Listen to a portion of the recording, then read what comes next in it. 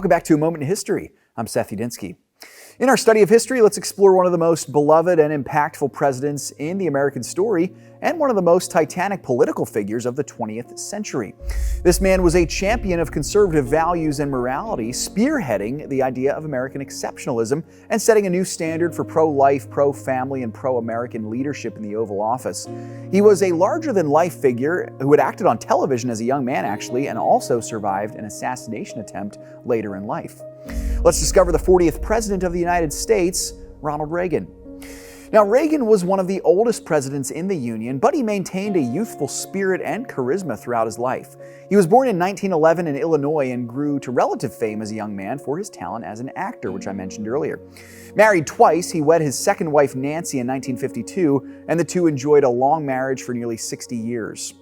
He gained notoriety as a politician in the 60s when he became governor of California.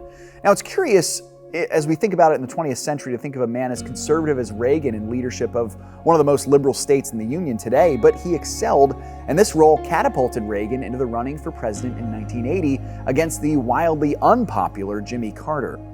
With his charisma, charm, and most important, a follow-through on his word, Reagan handily won the presidential election in 1980 and again in '84 on the Republican ticket, serving as commander-in-chief for the majority of the decade.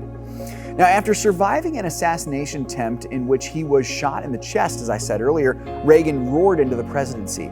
He was famous in his 8 years for his brilliant leadership of the American people into an era of relative economic prosperity based in foundational capitalism. Now, equally as famous as this was his global leadership.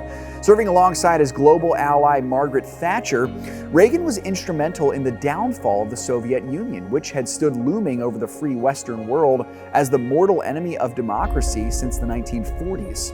He worked with the Soviets to institute a nuclear truce while helping the Soviet Union to tear down the Berlin Wall, the symbol of communist dictatorship, as a call to abandon the insidious governmental structure that had dominated Eastern Europe. Only 3 years after he left the Oval Office, the Berlin Wall and the Soviet Union with it fell.